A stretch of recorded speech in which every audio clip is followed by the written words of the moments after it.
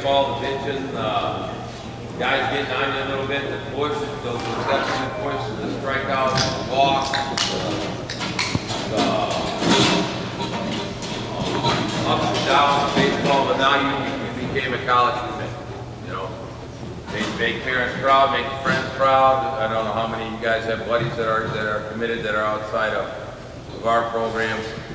What I'm proud of, guys, is through the course of this grad class, we've had 24 players, and 22 of the 24 have accepted scholarship, or 21 of the 24 have accepted scholarships to play, and we have one young man going to a Division I school. So basically, we're right on track. You know, the 95% of our players that stay through and stuff, they have college placement, which they have earned. It has never been our program, or myself, or Tim that got the guy the scholarship. They've earned it themselves just through the hard work and the dedication they had to their academics, to their bodies, and to the sport of baseball. So fellas, you know, I congratulate every one of you. You know, I'm the proudest person in this room every year.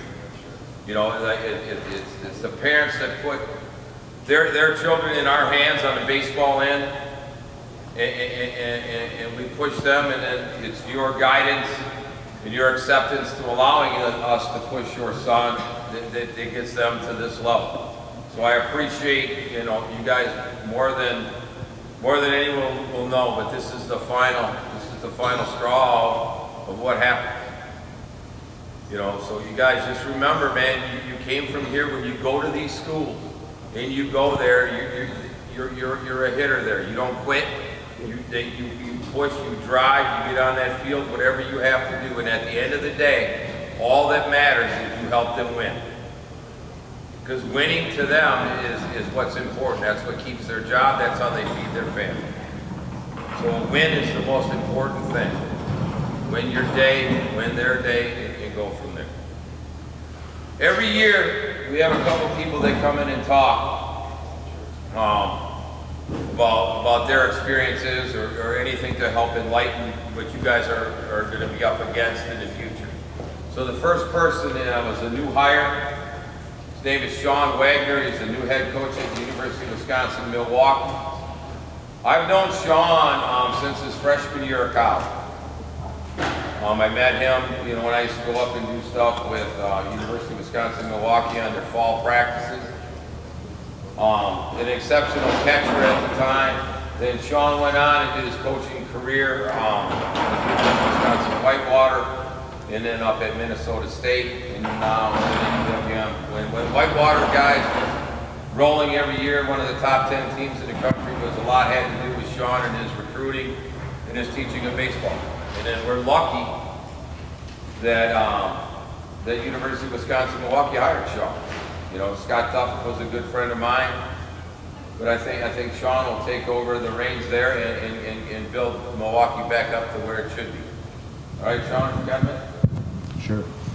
I get a microphone because my voice doesn't carry like RJ's. RJ, thanks for having me out here. Obviously, like he said, I've known RJ since my freshman year of college.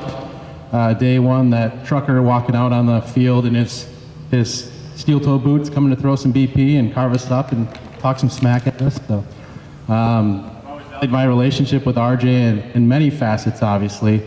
I never got to play for hitters. I played with guys that played at hitters. I've recruited a lot of players that played at hitters. Some of you guys I tried to recruit. But one thing I know is if you've played for RJ, you're going to have a metal spine, right? Like, you're going to be able to get through some things. It's going to be tough. Nothing's going to be given to you, and you're going to have to work. You're going to have to grind for it. So RJ, I applaud you for that, for sticking to your guns and not changing who you are. One word that popped into my mind when he asked me to speak tonight, and I speak to you guys a lot, but I also speak to the parents. The word intentional is something I talk about a lot with our team, right? So who up here can tell me what intentional means? I know this isn't supposed to be a class, but Brewer, you're going to Columbia. You have a purpose, okay? You have a purpose for everything you do. That's a good way of saying it, right? So everything that we do, whether that's athletics, academics, social life, we tell our players, be intentional with it, right? Up to this point, your academics have been able to help you if you've had good grades. You've been able to get some academic money to hopefully stack on top of some athletic money if the program have it. But that's had to be a thought in your mind. You've actually had to be intentional about the way you went about your business in high school. And some people, they're gonna have regrets, right? Some people maybe slacked off a little bit. They thought they had it made. And by the end of their high school career, maybe they didn't quite finish where they wanted to, right? This is a really nice night for you guys. You guys are all deciding your college journeys. And it's a big step in the process, but I hope you understand it's not the finish line. This is just restarting your race, right? After tonight and after this year, you're gonna show up at a new place, whether that's a Division I, II, III, JUCO, NAIA, maybe minor league baseball, right? You have to reprove yourself. You have to start just like you did when you walked into your high school, your freshman year. How many of you walked onto your varsity team and started from day one? Yeah, almost half, right? So you're doing that again, now you're doing that against 23-year-olds and 24-year-olds who have been very physically mature and they've been through the ringer. And it's not easy.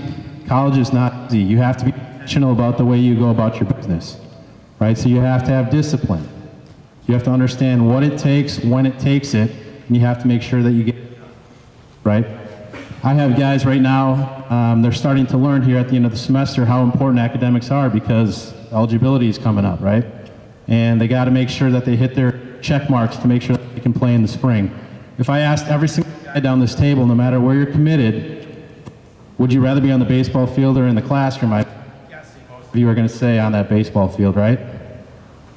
But it takes discipline and it takes responsibility and accountability to know what's going to get you to the box, what's going to get you to the mound. And that's your academics first, right? So make sure you take care of those. Because academics aren't done now that you're going to college either. This is a way to set yourself up for the next 40 years of your life instead of just the next 4. Right? How many of you want to play professional baseball? I did too, and I'm standing here without that opportunity. I know that guy can. I know that guy can, but I never got that chance because I wasn't good enough. And you are just an injury away.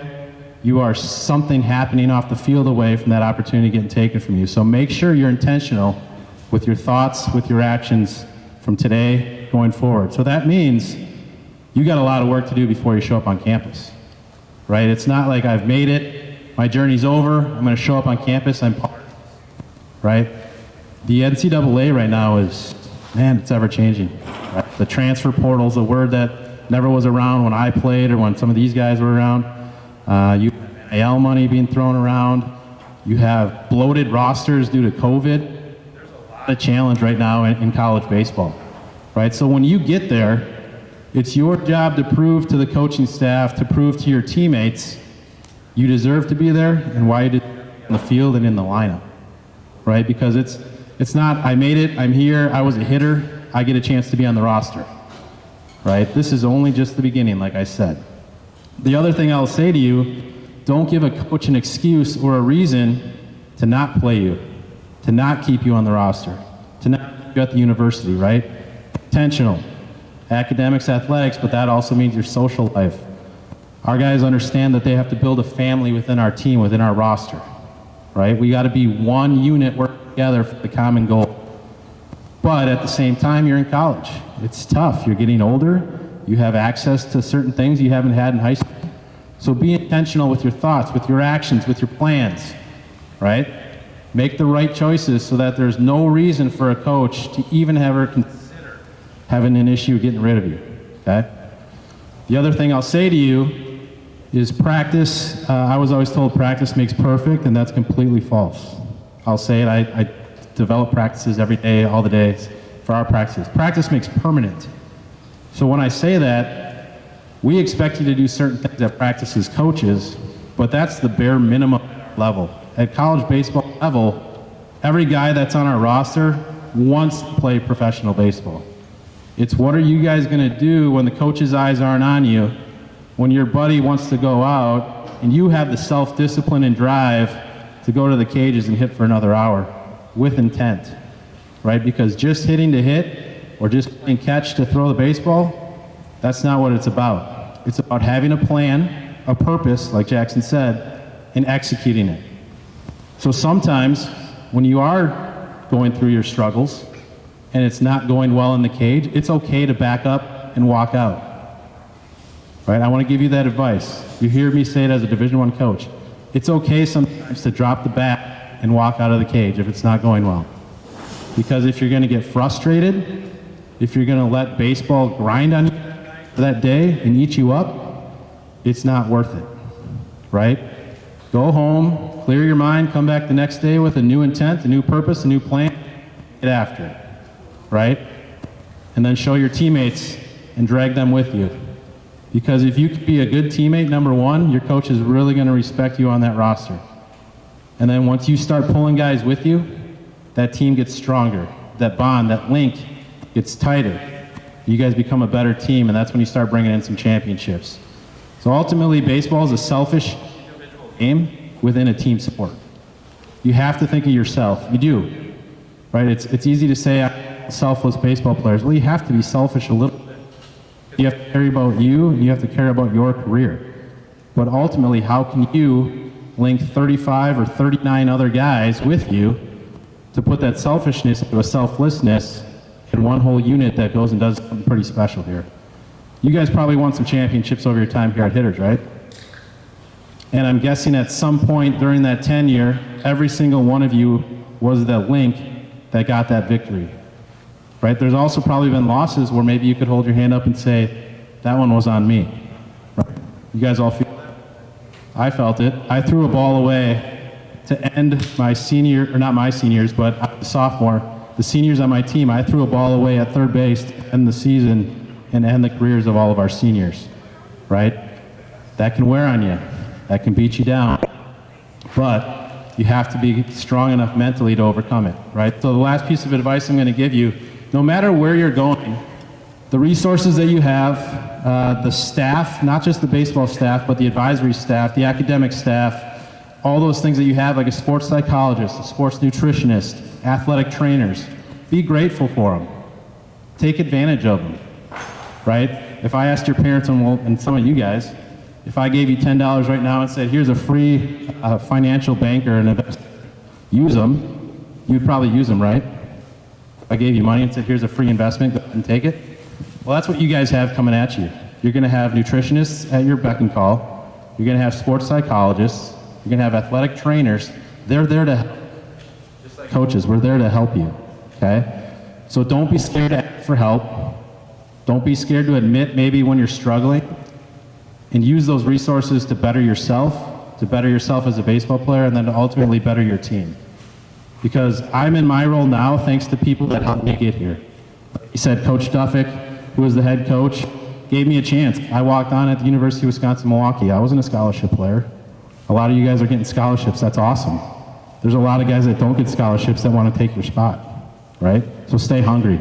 Just because you have a scholarship, you should act like you don't when you go about your business, right? Go make some noise, go have fun at the places you play, get some good experiences underneath your belt, and I hope that I can see a bunch of you standing in Owen's spot in the future, being that next hitter, being the next guy on this wall that's put some money in the draft board, right? Because you guys have talent. You guys have enough physical talent to do it. How good are you going to do it, right? How can you do simple better? Can you be the best fundamental routine baseball player in the world? That's going to keep you around. Do routine better, do simple better, and then go have some fun, right? Enjoy the night. Parents, I would say to you guys, even if they won't, thank you for all the time and money and travel that you guys have spent on them.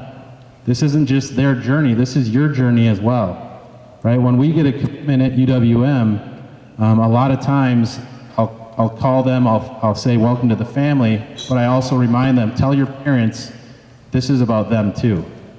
Right? Because you guys have put blood, sweat, tears, finances.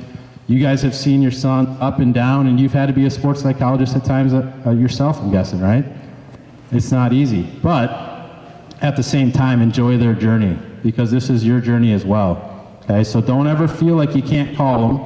They might not answer, they might not respond on time, but they know you love them, so stay with them, right?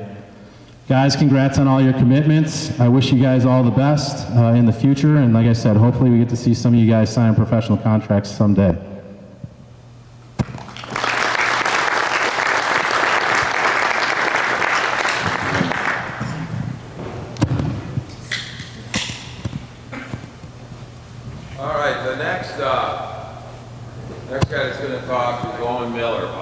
a little history about with me and Owen, or however this works. And most of you guys have heard it. To this day, 30 years into coaching the high school kids, and we've had big leaguers and some really good players. Nobody has ever come close to being as good a high school player as Owen Miller. Owen, by far, going through, could defend, could really hit. Didn't matter what we did. Owen played first, second, third, you know. Like when the draft stuff was coming up, and Lux was the hot prospect and things like that, and I told all the pro guys, if Lux is a first rounder, man, Owen Miller's got to be the first pick in the draft. But no, Owen never really got the respect and stuff that was needed. He would go to a showcase at the time, Area Code Baseball put on stuff, or the Silver and Black it was called. Owen went to the day and had 7 doubles. Hit 7 doubles against the best guys, the best pitchers and stuff out there, and nobody took it. We had a hard time. We wanted to go to Indiana. So it was a recruiting process for me for the first time that I couldn't figure out how our best player was not getting recruited, was not signing and everything else like that. Well, we're going to reverse this now, or speed forward, 7 years, or however it works. Now, I get the phone calls from the same guys that I was talking to about Owen. He says, hey man, who's the next Owen Miller? Who's the guy we missed on? Who's the guy we're missing on? And a lot of you guys, that are off and going, you're going to schools that missed on Owen. But without a doubt, I'll say to this day, if you want to be the best player that ever come out of Hitters as a high school player, you got a long ways to go to be Owen. I mean, the way that he showed up for practice every day. He was a college commit, as was Noah, a Division I commit, did our showcase at the end of the summer just as a senior, just to get at bats, just to go play, and things that way. Owen broke his hamate bone in our spring league in May, had surgery, went and played in a collegiate league that summer, was the player of the year. Most kids take off the whole summer because they have a hamate bone that's injured. Well, once you're injured, your hamate bone, and they take it out and your stitches and everything are healed, there's no more bone in there. All you're dealing with is a little bit of pain in your hand. But he had enough to go be the collegiate player. Then he goes on to college, and he's the starting shortstop for 3 straight years at Illinois State University. And it ends up drafted in the 3rd round. The most interesting thing about Owen is I knew that it's going to happen, but he played one half a year of pro ball. Out of college, he played a half a season. At the end of that season, he was in Double-A baseball. His very first full year of baseball, he was in Double-A, and he had the most hits out of anybody in Double-A in the next year after college. So it would have been his senior year of college, but he signed as a junior. The year after that, guys, he's in the big leagues.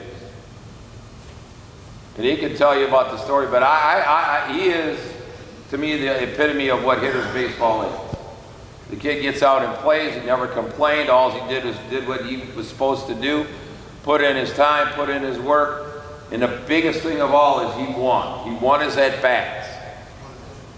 And now he's reaping the benefits of the big league. Without any of the glory, without any of the hype, he's a big league. He's going to be one for 20 years. All right, Owen, you got it?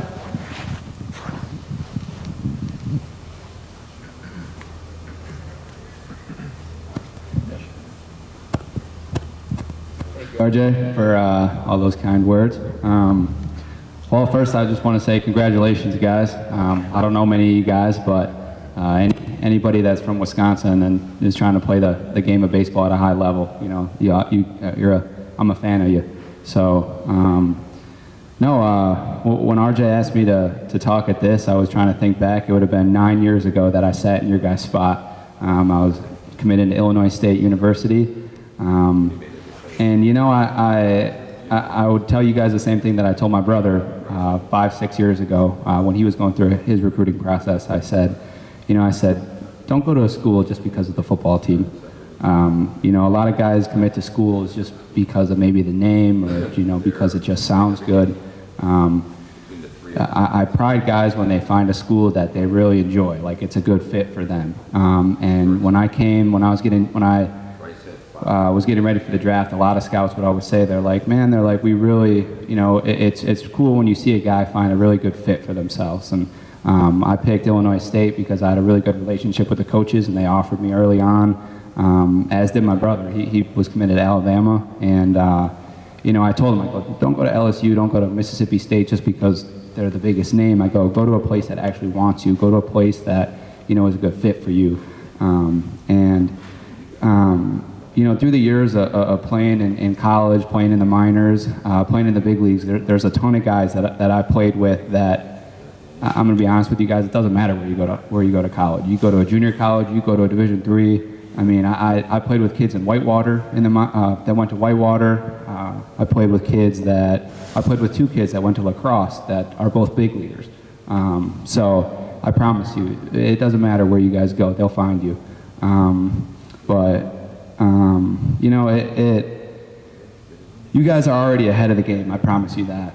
Just playing for hitters, playing for RJ. When I was in high school, I can remember the days when I was like 15 or 16 and we were doing the same Sunday workouts that you guys do. And, you know, waking up early for those things, like they sucked at times. Like I did not enjoy them at the time. Or I remember when me and Gavin were about to throw up after pushing sleds and running to the bathroom because I felt terrible. And, you know, I remember all that. I remember at the time, I remember RJ constant standing on the third baseline, hey man, your back shoulder's dipping all the time.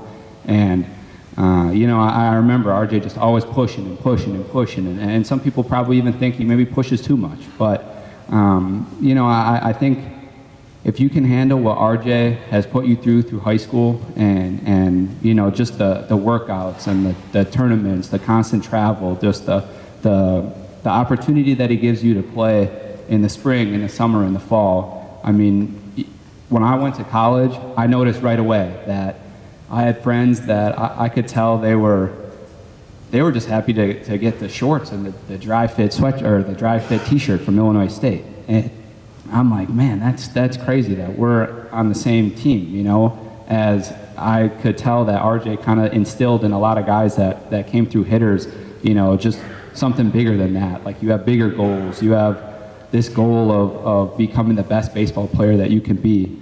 And, you know, I'm really thankful that I played for RJ, that I played for hitters, that he gave me the opportunity to play in front of a ton of people and make the relationships that I did.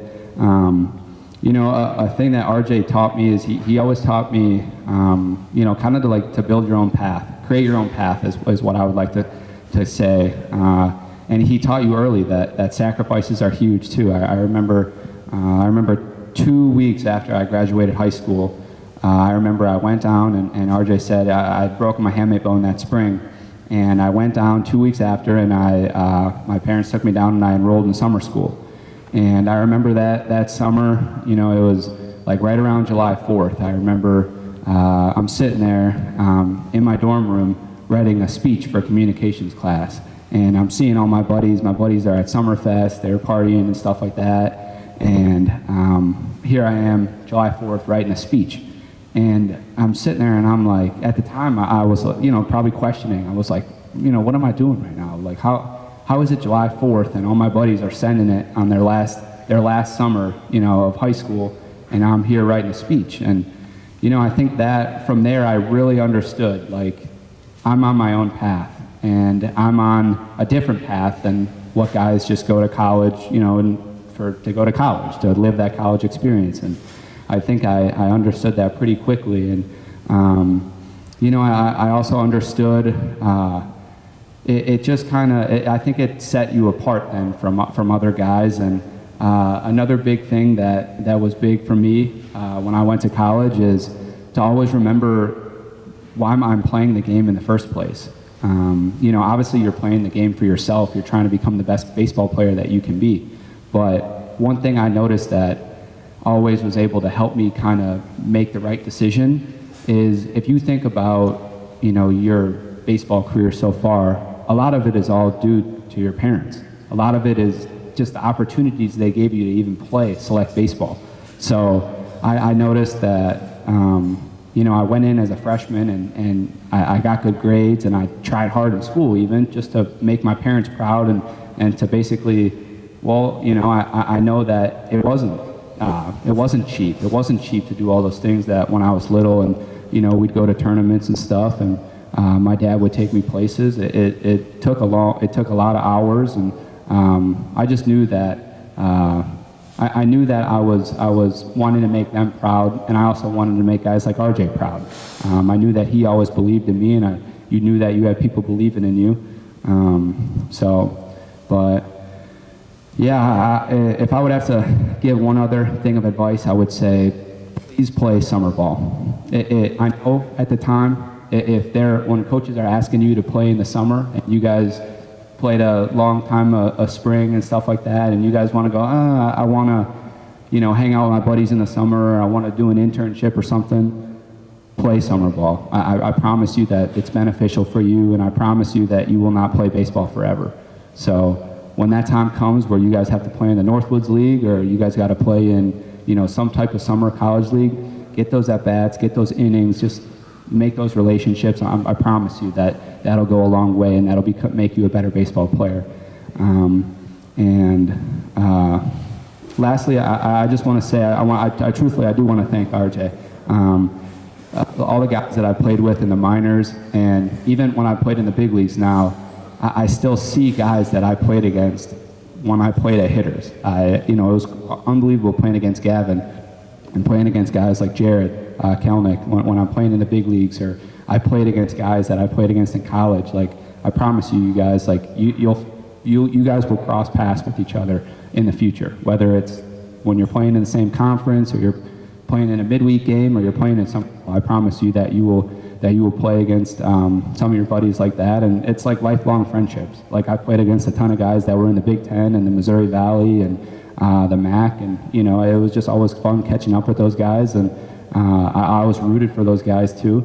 And, you know, I'll be a follower of you guys, just, you know, as I do. I look every year when RJ posts guys from Wisconsin, and it's cool. It's been unbelievable to see the last 7-8 years how many guys have come out of Wisconsin and had success. And no, I'm happy that you guys are have this opportunity to play at the college level, and I wish you guys nothing but the best, and I'll be following. So congratulations, guys.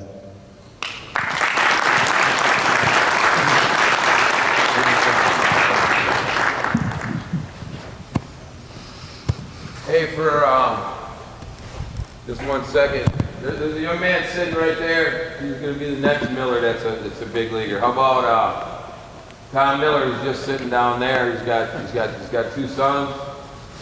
You know, one was a 3rd rounder, now a big leaguer, and the other one was a 1st rounder with the Twins. Noah was the Gold Glove winner in the minor leagues as a shortstop. Hopefully Noah will be back up. But, you know, the Millers have been an integral part to our program. It's, you know, a couple of brothers playing as the Royers, and, you know, other guys we've had, multiple guys in the past. Well, now it's time each year where I bring up Tim. Tim Schultz, guys, is like my brother. He's been now. This is the third class that he's taken all the way through. You know, Tim has developed and coached. Now with the other program, he's over 100 Division I commits just on the guys that he's been with. You know, and I can attest, you know, there's ups and downs to coaching kids all the time, and wanting to win and wanting to push the kids to the next level. At the end of the day, everyone just has to remember that no matter who is coaching you or what they want out of you, all they want to do is have you be the best that you can be, and they also want to win the game. Because at the level that Owen plays, or at the level that Sean coaches at, if they're not helping their guy win, their guy gets fired. So if that guy gets fired for one reason or another, it has everything to do with the guys that did not perform. So guys that don't perform, they don't get paid. The guys that don't perform, they lose their money. So at the end of the day, just remember, fellas, that you are playing for somebody that wanted you to come and play because they thought that you were going to help them win. And just follow through with that. Like you win your nutrition, you win your classroom, you win your at-bats, and you win your innings on the mound. Just go get it. You know, the Bus brothers, I mean, winning matters. You can talk, Nolan, you can talk to your older brother how important it is. You know, that's what I have to say to all of you is just remember, man, that every at-bat that you take in a game, it is with a purpose to win the game. To win that at-bat, to keep your place on that field. There is a phrase that I heard now that Bobby Knight had died. It said there's a couple things that change a kid's life. If a kid's not performing and helping us win, ass on the bench. Ass on the bench, guys, you either go two ways. Either you get better to get off the bench or you stop playing. And I don't think any of you guys have in you that the stop playing is in your makeup. So just remember, if my ass ends up on the bench, I'm going to get better. I'm going to get in that weight room on my own. I'm going to hit on my own. I'm going to get ground balls on my own. I'm going to do whatever I can.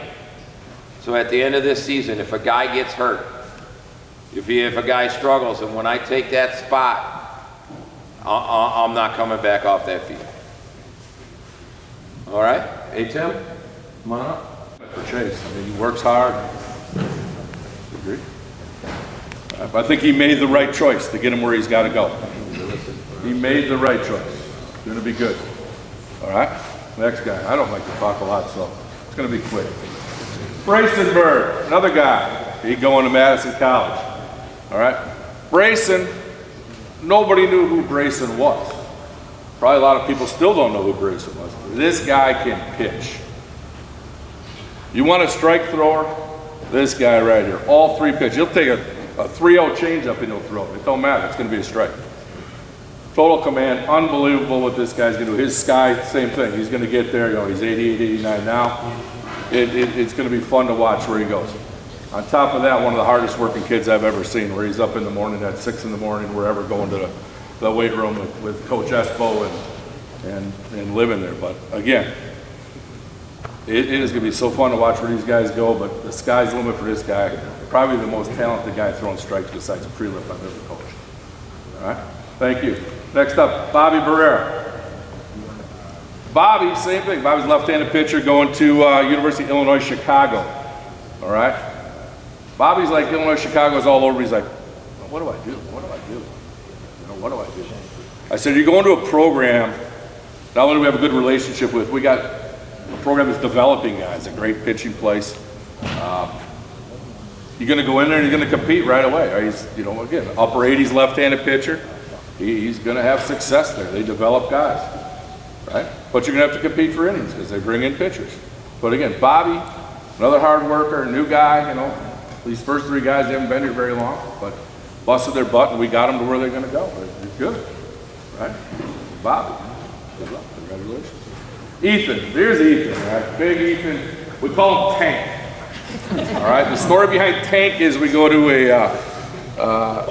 whatever that place is called down there, in the barbecue place by Grand Park, and we're in there eating as a team, and Tank's sitting down, and all of a sudden this big old military guy comes up and he goes, "Hey Tank, want my fries?"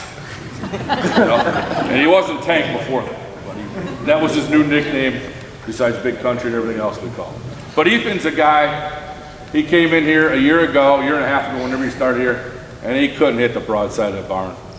I mean, I'm telling you, the balls were all over the place. Batters getting hit all over. Well, all of a sudden he figured it out, right? Put him in the right situation. I think it was Iowa of your sophomore year in the fall. You came in and pitched the big 2 innings, and boom, boom, boom. All right, confidence grew. We come to the wintertime. He's in here, all of a sudden he's hitting 89, 90, maybe a 90. And in a strike zone consistently. Now we get to the summertime, he develops a breaking ball. You know, he's now a guy that's going to come in and close games. And we're not afraid to put him in situations anymore. Right? Well, then he gets hurt. But this guy pitches through. He blows his elbow out and pitches the whole first inning of a championship game. Doesn't tell anybody till the inning's over. All right, we knew something was wrong, but he didn't say boo till he came out. But Ethan's probably the most improved guy out of this group. All right, maybe one of the most improved guys I've ever had. That the ability's there, but he figured it out and got confidence, and he could pitch anytime we wanted. Ethan's going to Whitewater. All right, good choice, good school, good education. Get it done when you're there. All right, congratulations. Luca Royer, another guy hurt. Missed the year. Dislocating his ankle. I still remember the time right there. Home plate there, he takes a swing and he's on the ground and his kneecap is dislocated. It was like, it was, where's mom and dad? Raise your hand. Mom and dad, don't call anybody, we're coming up. We're coming up. So RJ rolls the back screen out in front of the kid. He's laying there really in pain. He keeps practicing. RJ runs the next practice. The kid's laying on the ground, moving all over the place. Mom and dad come up and go, we got this. We got this. Hold on. They give him like 3 Advil, squeeze his hand, yank his knee back into place right there at home plate. He got up, put some crutches on him, away he went back to the car and he went home. Right?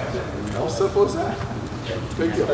But Luca's a big, strong young man. He really figured it out. And that's why it felt so bad when he got hurt the second time in high school. But his fall coming in was like super good over here at Nash Park. He hit balls all over the place. Again, he went to RJ showcase and he dominated the showcase and he earned his money to Northern Illinois. Because he was that good. He was the best guy there. And he got his money.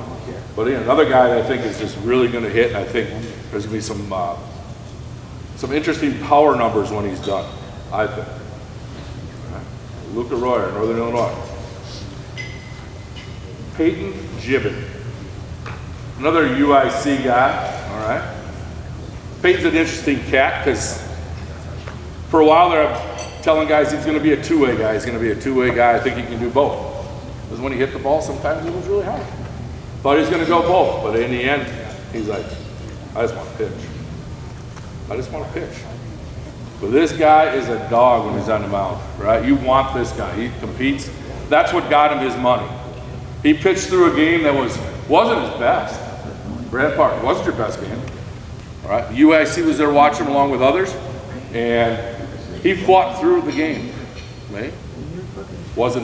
He didn't get numbers you wanted, but he was good, and he won the game by the way he competed. And they came up to me, and I told them, they came up to me and said, we're going to be offering him tomorrow. Well, that offer took a little while to come, didn't it? He keeps calling, hey man, they never called. And I'm very good friends with the coaching staff. I go, it's coming, just let them get home and process all their information and figure it out, and then the call came. But again, if you want to get in a situation, you want a guy on the mound, he's the guy. Not that I wouldn't take any of my guys, but this guy, he doesn't change his emotion, his demeanor, and it's going to lead to a lot of success for him in the future. So, Peyton Gibbon, UIC. Who we got next there? Seth Kosa. All right, Seth's the guy that I'm going to go back to, sophomore year summer. It was rough in the beginning. I mean rough. Something happened come like July 1st, July 4th, and he literally doubled his batting average plus. Something clicked with him where he figured it out. And now you can't take him out of the lineup, right? The guy all of a sudden goes from getting way down there to now he's well in the threes. How do you take him out of the lineup? But he figured it out. Then it's like now it's coming to kind of, all right, where's Seth going to go? What are we going to do with Seth? Recruiting wise, schools come and talk about him, then they watch him, then all of a sudden the phone calls go dead for a little while. The people don't return his calls back. So he took it on his own. He went up to a camp. He did very well at Grand Valley. All right. Did very well while he was there. They came and watched you at the Rock. The weekend I was gone, came watch a Rock, and he did everything he had to do. And a couple days later, next thing you know, he's going up on a visit, and he gets his money. But Seth was a rock. He's the epitome of a guy that got an opportunity to play, and he took it and ran. Because early on he was in a little platoon situation, right? But he took his opportunity, and it only made him better. And that's one thing I can say for all you guys. If you get an opportunity, don't let anybody take their spot back. Right? And that's what he did. That's what Seth did. So Seth Dosey, Grand Valley State. Nolan Bus. What happened to you? Huh? There it is. Nolan Bus. So this, I mean, we could tell stories for a long time about Nolan, but Nolan and I are like oil and water sometimes. All right, so you know, he really gets mad at me, but then he likes me. Gets mad at me, likes me. You know, and we've been through a lot together. A lot. You know, there's times where things aren't right. Well, as not only a baseball player, but a young man who grew up. Right, I'll tell you that, he did grow up. Figured it out. But, you know, there was a point where this guy, he might hit 5 guys and strike out 9. And walk. Right? But that's what he did. But then all of a sudden, again, he figured it out. He comes in here, you know, 2 years ago, he got better. Pops off a 95 last winter here. Develops this sweeping 3-foot slider. And then finds a changeup. And now he becomes really good above where he can be. Once he keeps his head on straight, and that was the biggest thing, Marcus, he can adjust to that. Early on, he was out there, right? He got crazy. I can remember a game, specifically Grand Park. It was a big game, all right? And he wasn't very good, but he wanted out of the game. Well, there's one thing about me, and Marcus is the same way most guys. If a kid wants to come out of the game and he's on the mound, he ain't coming out until you hit your pitch total. At that point, it's not about winning and losing, it's about teaching a lesson, right? We don't quit, right? So, and then you remember that game. Ohio lead, right? The ball's going all over the play, over the fence, and yeah, all right? But he learned his lesson, and he gained from that, and he learned to compete. And now he wanted more innings. Now I'm getting yelled at because I would take him out too early or he could pitch more, right? That's what it's come to in his career. But Nolan's going to Kansas State with his brother. Great place for him to be. I think he's going to do very well there, and I'm excited to see what happens. So Nolan Bus. Jackson Brewer. Jackson Brewer's going to Columbia University. All right. So Jackson, we had other opportunities early on. Not what he wanted. All right. This guy first came in, all of a sudden he's 80, 89 on the mound. Freshman year, sophomore year, hitting the 4-hole for us all 3 or 4 years here, right? Never came out of the 4-hole. All right. Had some opportunities to turn them down. Not many guys would have turned down your sophomore year a pretty good offer to a Division I school, but he knew what he wanted. All right. Then we came into this year, and it's like, man, he's still producing. He's not going to pitch anymore. He's just going to hit. Starting to play some outfield. Now, like, other interest peaks up, and he's like, I remember this today. He's like, where were these guys months ago? Where were these? You know, here it is July, and, you know, Vandy, Missouri, these guys are all starting to call. Like, what happened? And I'm like, hey, you know, late bloomer, you used to pitch. People want to see if you're going to pitch anymore or just hit. And now you're just a hitter, so now they know which way to go. But he stuck to his guns. You know, he went down there, and we went to Atlanta. He was already, his mind was made up before he went down there. I know it was, but I said, just wait and see what comes out of it. And he's going to make a great, because he's going to go to Columbia, and he's going to do very well. You know, very intelligent young man, hard worker. I mean, we got a pretty good relationship. We talk a lot. You know, going to be excited to see where he comes. But Columbia University, congratulations. J.D. Dix, all right? So we can talk about J.D. Dix all we want, but we don't know where the hell J.D. Dix is going. All right? J.D. Dix knows where he's going, but he doesn't tell us. All right? So maybe tomorrow. I heard the other day it was maybe Friday. Now I hear maybe tomorrow. So we're going to find out where he's going. But J.D., you know, man, my phone blows up still so much. You know, everybody's calling. What's up with J.D.? What's up? I don't know. Call J.D. I don't know. Don't call me. You know, same with the programs. Call J.D. But J.D. is, you know, one of the, nothing to take away from everybody else, but one of the top players that I've ever had a chance to coach, and you're under RJ. You know, it's just his motor's a little different. He plays harder. You know, there's something different. You can always tell, you know, the Miller guys and all the other guys, Coach Kelnick, Lux is, there's just something different about people, all right? And JD, once same thing Marcus can attest, it's kind of like Boston. We had a little run-in with JD, had a little hot moment at a time at Grand Park, of all places again. All right, a little heated moment, but I think from then on there, he figured it out that that's not how it's going to get me where I got to go. But JD's coming off of surgery. Sky's the limit for him. Nobody's going to outwork him. This guy works hard. Not that any of these guys don't work hard. This guy works hard. It's something just a little bit different. All right. So JD Dix, unknown where he's going to go. He knows. He's not going to tell us. I thought tonight he was maybe going to do it. I really did. But all right. Tanis Lang. Tanis, he's probably been, not probably, he's been our #1 pitcher since day one. Left-handed guy going to Ohio State. Tanis is like, likes to overanalyze a lot of things. Some little things wrong, and Tanis is like, I gotta get this here, that there, you know. But again, strike thrower, big game, competes, gets it done. I still think back to a game in Prospect Meadows. RJ was there watching with his whole team. We were playing, it was like a Saturday night game against the Nebraska Prospects or something. A big game, and we won 1-0. I believe actually Chase's Bobby came in and closed that game with Bobby, right? Closed that game out. But I remember that game where he was just dominant, you know, 87, 88, but the freaking breaking ball was good. The weird thing about Tanis is he gets more strikeouts, believe it or not, on his fastball. He's got something, there's something going on in that fastball, little rise up and in than he does on his breaking ball. But Tanis, I mean, you're a very smart young man. You're going to go far in life, but you're going to be a very good baseball player. It's up to you to get there and compete and see what it takes you. All right? Tanis Lang. Next up. Roman Cienza. Funny story about Roman. Roman lives out in the area where I do. And all of a sudden one day, knock on my door. It's Roman. You didn't even know where I live. Here's Roman at my door selling those stupid cards the high school kids got to sell. Knocking on the door. So now I got to buy 2, right? This guy I know is there, I got to buy 2. So here's Roman. I still think back to this, the freakiest summer I've seen a player have was Roman, not last summer, the summer before. This guy, I can remember the Purdue coach going, man, Cienza, what's up with Cienza? Cienza was like 6 weeks in a row, right? It was like boom, boom, boom, boom. Hitting him out of the car, you know? It was all over, you know? And then the poor guy gets hit in the face. Teeth laying on the ground, you know? What happens? But Roman, again, one of the most athletic guys I've ever coached, right?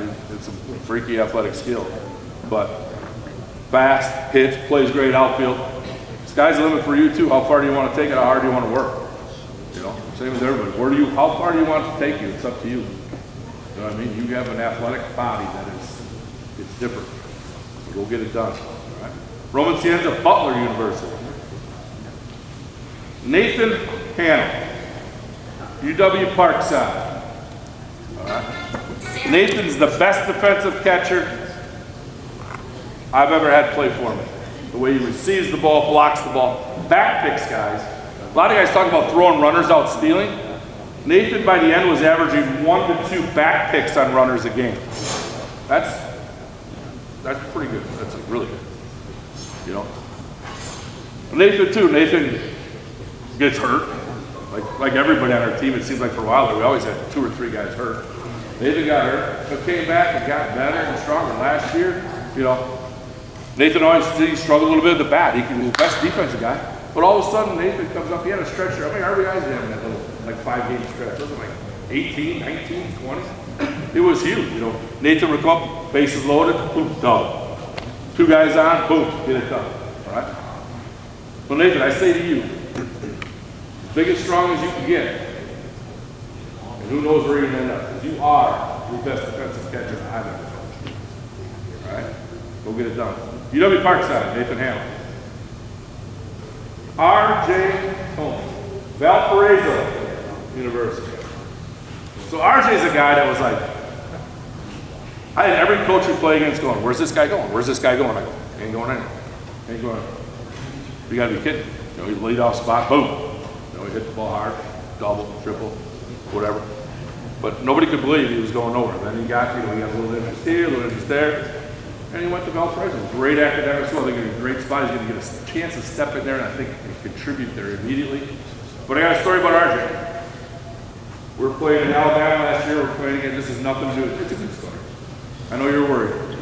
We were playing down in Alabama last year, what's that guy's name? Soto, whatever. He was a first round pick this year. He pumped at 96, 99, whatever. There's 65 major league guys behind watching. And I go, RJ, swing at the first pitch. Hit the first pitch. That guy comes down the middle with 97. Boom, foul ball. Game on. We go out, we knock that guy out. What do you think? 4 innings? Beat him 5-1, 5-2. All right? But that's the kind of RJ. That's what I love him. First pitch. That was normal for RJ to hit the first pitch. Set the tone of the game. All right? Didn't you miss that one, too, in the game you lost? 2 into the wall? It was either you or Luka. Tied the game you lost 1-0. But whatever. RJ, too, is going to be freaky athletic like most of these guys are. It's going to be fun to see where it goes. It's going to be great education. I think you're going to step on campus there if you're ready and play right away. Right? So RJ told me it's Valparaiso. CJ Trask, Bradley University. So CJ's another guy, right? So CJ and Seth came in and they were like platoon guys coming in. It was tough. Both should play more, but we got 5 infielders, 4 infielders, hard to find. So CJ comes in and just does what CJ does. CJ hits, defense, CJ runs, CJ needs CJ to pitch, CJ comes in and pitches. Whatever he needs CJ to do. So CJ this year was he took advantage of the opportunity with JD being hurt to play shortstop every day. He made every play. Routine, and everybody in college would start going, man, Trask, he's growing on me. Growing on me to play shortstop, growing on me to play the middle. Yeah, we know. I know. But he took advantage. He got his little, got Bradley. He had a couple other little schools on him. But I think he's going to go into Bradley too. And I told RJ this the other day. I think he's going to, in the end here, he's going to be a double-digit home run guy in college. I just see it per year. He sees the ball so well. Sometimes he can't stay back. Might be 3 feet in front of the plate in his swing. But hard worker, and it got him what he got. Good luck at Bradley. CJ Trask. Brock Lulowitz, Wichita State. Brock was up there in my top 5 baseball IQ guys that I've ever coached here. Right? High baseball IQ, watches a lot of baseball, is around baseball, loves baseball. All right? But Brock went through this thing a year and a half ago where he couldn't throw the baseball. Like, he'd get the ball at short or third and literally could not throw it to first. I mean, it was bouncing all over the place. So RJ goes, Tim, put him in the outfield. So I called Brock up and go, hey, what about playing the outfield? Just let it eat. I'm like, yeah, fine. So he goes to the outfield. We start throwing guys out at the plate, third base in the outfield, catching the ball. We put him back in with the ball. We kind of put him back in the infield a little bit. And he figured it out. I mean, RJ was right. That's all he needed. He just needed to get out there and let it eat so he didn't have to think about it. And he threw the ball. And he got guys out. But Brock, again, goes on with my high IQ guys. Hard worker. Going to be good. I'm not sure if you're going to be an infielder or an outfielder. But it doesn't matter. Left-handed bat. Going to play. Doesn't always like me. We had our little squabble. All right, but it is what it is. It happens. Right? We figured it out, right? All right. So Brock Lulowitz. The last thing I got for everybody is this group. I have a picture on my phone from the first day in the weight room in there. And I took a picture of our last tournament. And the physical changes this group made is unbelievable in their bodies. All right? This is the first year ever I've had a coach. It was their junior year, and Marcus, I think you might have been there. The Sparks guy comes up and goes, what happened to your guys? I go, well, they found the weight room, and they really worked hard. He goes, man, that is impressive. That's the first time I've had another travel coach say that to me personally about a group of kids that we were coaching. So I commend you on that. It took you where you got to go. It's all good. Last thing I got for you. There's more important things in baseball. All right, I hope you learned something from me. Take advantage of it. Be good parents, husbands, people, and good luck.